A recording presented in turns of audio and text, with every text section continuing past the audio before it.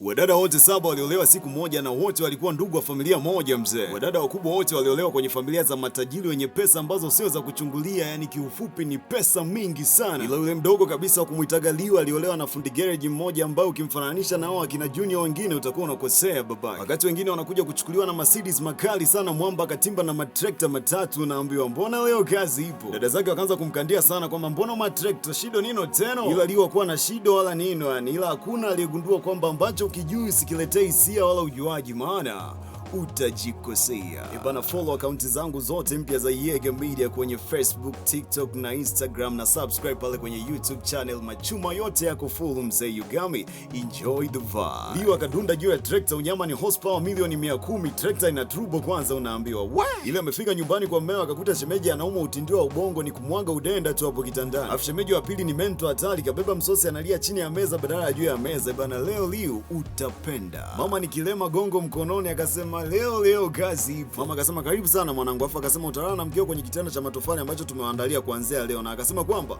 familia yetu bado inajitafuta, ukiachana na kwamba hatuna pesa, matatizo hapa ndo nyumbani kwao. Kwa kiufupi shida kwenye hii nyumba ni hit song. Ben akataka ajitetee bana, kwa sababu Liu akija kujua ukweli atazimia na akiamka atakimbia. Akasema ila sio kwamba kila siku tunalalaga njaa, siku nyingine tunakulaga. Ila Liu akuonyesha dalili zozote za kuwa shit down, ila sasa akasema pole sana, najua unapitia wakati mgumu sana kubeba majukumu yote ya familia mabegani mwako. Akasema najua nyumba ni ndogo, ila nilichoipendea ni safi na imepangiliwa vizuri sana. Hadi kichali shtuka, unaambiwa Akasema naamini wote tukiwa kama familia tukashirikiana vizuri tutaweza kuboresha maisha pamoja bana. Mama mkwe akasema ulikuwaga wapi jamani? Akasema nilikuwaga huko Beijing, China. Mama akachukua funguo ya sefu ya mali zote za familia na kumkabidhi Liu bana, ambapo inaashiria kuwa yeye ndo atakuwa kiongozi wa familia ya Jiang family. Bana, kama unaikubali familia yako bila kujali ipo katika hali gani, comment aga. Liu akaona kwamba japokuwa wanajichanga tumia twao, lakini wameamua kumwamini na kumpa funguo ya kibubu ili awaongoze kufikia malengo, yani kiufupi wamemkubali mwanzo mwisho. Ila ambacho alikuwa hajui ni kwamba hiyo funguo sio ya kibubu, ni ya gububu, kwa sababu ni kukubwa, yani ni ya safe yenye mali na nyaraka za pesa mengi sana hapa ni United States of Yega Media. Kumbe humo ndani hamna chizi wala mgonjwa, ila mama yake Ben ndo alipanga kwamba wafanye hivyo ili wajue kwamba huyu katoka bongo, kwa sababu alikuwa anaogopa Liu asije akakimbia na hela kama ambavyo wake wawili wa watoto wake wakubwa walivyokimbia na kuwaachia manyoya. Ili Ben asirudie kosa lile ikabidi wajiseti kwamba wao hawana pesa kabisa, na sio tu kwamba hawana pesa bali pia ni wana shida kuanzia Kitonga mpaka Iwambi, ili kama akiwakubali hawakubali kwa moyo sio kwa posho. Sijui umenisoma hapo. Kwa mali waliopeleka ilikuwa ni pesa kidogo na mifuko miwili ya mchele babake. Ben akiwa amepoa huko akiwa anawaza jinsi Liu alivyomkalimu, akawa anatamani hata amwambie ukweli chapu. Liu akiwa ametoka kuoga akawa ameingia hadi chumbani bana. Ben akawa ameshtuka na kujiangushia nyundo juu ya mguu.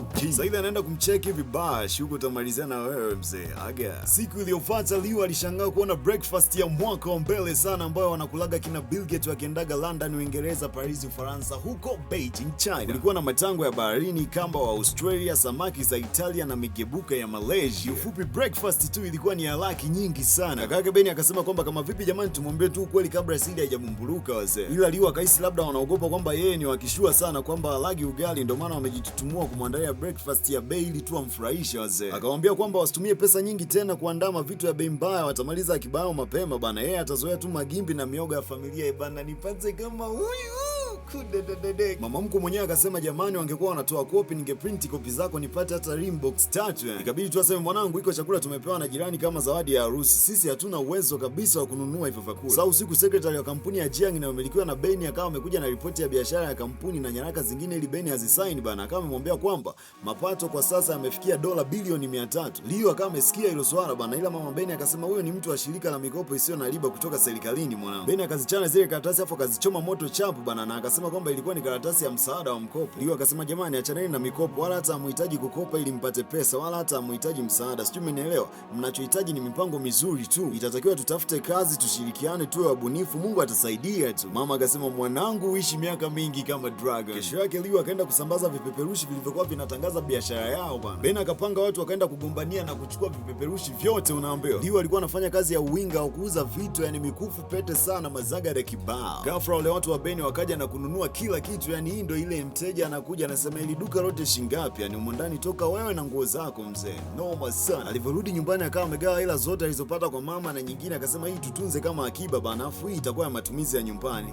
Wadada wote wakiwa kama huyu, siku ya mwisho itachelewa sana. Ndio alivyolala usiku akaanza kujadiliana kwamba wafanyeje ili wamwambie ukweli kwamba wamenyesha na wana pesa mbaya mbovu bila kuonekana kwamba walizingua kumficha. Secretary akasema Beni itabidi amnunulie Liu almasi nyekundu ambayo itakuwa inazinduliwa kesho yake bana, iwe kama zawadi ya kumtuliza hasira Liu. Beni akasema Liu ana vibe sana na pesa bana, na hatofurahi kuona tumetumia pesa nyingi sana kununua almasi. Ila akasema fresh, nitajaribu. Ila cha kushangaza ni kwamba Liu na yeye alienda kwenye hilo tamasha la hilo onyesho la hiyo almasi nyekundu kubwa sana ambayo ilikuwa inazinduliwa, ambapo wale matajiri kabisa walikuwa wanasubiria waione tu kwa sababu bei yake ni ghali sana kiasi kwamba hawagusi bana figo 800. Ila Liu alienda kama mhudumu, yani kiufupi yeye alienda kikazi babake. Katika kuzunguka hivi, bahati mbaya kama amekutana na dada yake akiwa na shemeji yake bana. Dada yake akaanza kufanya show off kwa kumuonyesha pete na mikufu ya bei mbaya aliyokuwa amenunuliwa na mmewe. Akawa anasema yani siku hizi napata tabu sana kuendesha gari kila muda, yani nimemisi kutembea kwa miguu kama watu wengine wa kawaida. Watu tunakaa kwenye apartment kama Ikulu, nyewe wengine sijui mnakaa wapi. Wakati Liu alikuwa anaelewa kabisa kwamba shemeji yake kampuni lake limefilisika kinoma, ila dada yake anajitutumua tu, si unajua tena kuficha aibu. Kampuni yao sio tu kufilisika, ilikuwa ina madeni heavy kinoma kiasi kwamba hata kampuni yote ikiuzwa bado hela zingine mnabaki mnadaiwa babake. Sijui umenipata. Dada yake akataka achukue chumba cha pesa mingi sana VIP, ile anaenda hivi mmewe akamvuta chapa na akasema sikiliza,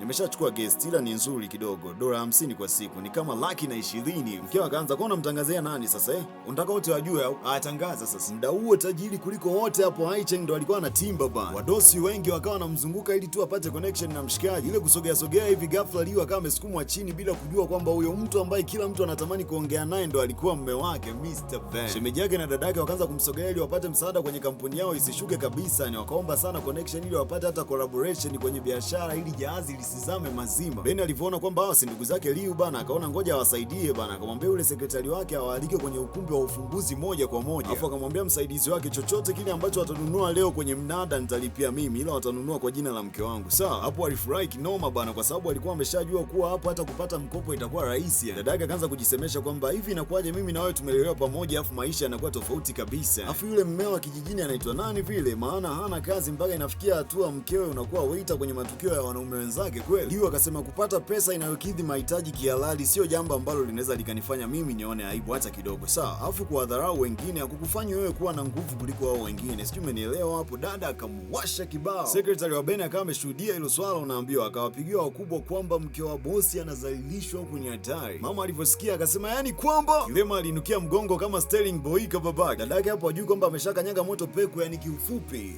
amejikosea. Akamtukana sana Liu, afu akamwambia walinzi wamshike maana hana imani naye kabisa, anaweza hata amekuja kuiba. Katika purukushani ghafla ile funguo ya hazina za Jiang family kadondoka chini bana.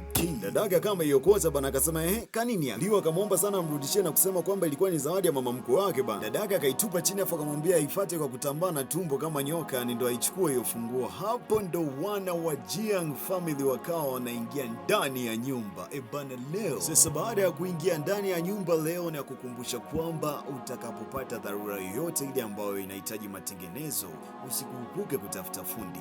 Hao.me tunakuletea fundi wa viwango aliyenyooka mwenye kazi ambazo ni umeme. Bana, request fundi kutoka Hao.me popote pale ulipo, Tanzania, Kenya, Uganda. Tuna mafundi waliotapakaa Afrika Mashariki, popote pale watakufikia na huduma itakufikia popote ulipo. Hauna haja ya kwanza kubeba bidhaa, ama hauna haja ya kwanza kutafuta fundi kwa majirani, sijui marafiki. Kweli unaweza ukapata fundi mzuri, lakini aliyethibitishwa na kazi ambazo zimekuwa reviewed na mafundi wengine. Hao.me imesajili mafundi wa fani zote, ikiwemo fundi mechanics au mafundi pikipiki, mashine, pamoja na mafundi magari, garage mbalimbali, pamoja na mafundi umeme, mafundi kwenye fani zote, mafundi vitasa na mafundi katika kila fani unayofahamu. Mafundi seremala, tuna mafundi ambao kazi zao zimenyoka kwenye finishing, kuanzia mafundi kwenye uandaji wa ramani, mafundi kupaua na mafundi wengi sana. Na kama wewe ni fundi na bado hujajisajili kwenye Hao.me, unakosa michongo mzee bwana. Karibu sana, kujisajili ni bure kabisa, utapata mteja moja kwa moja kutoka eneo lako ulipo na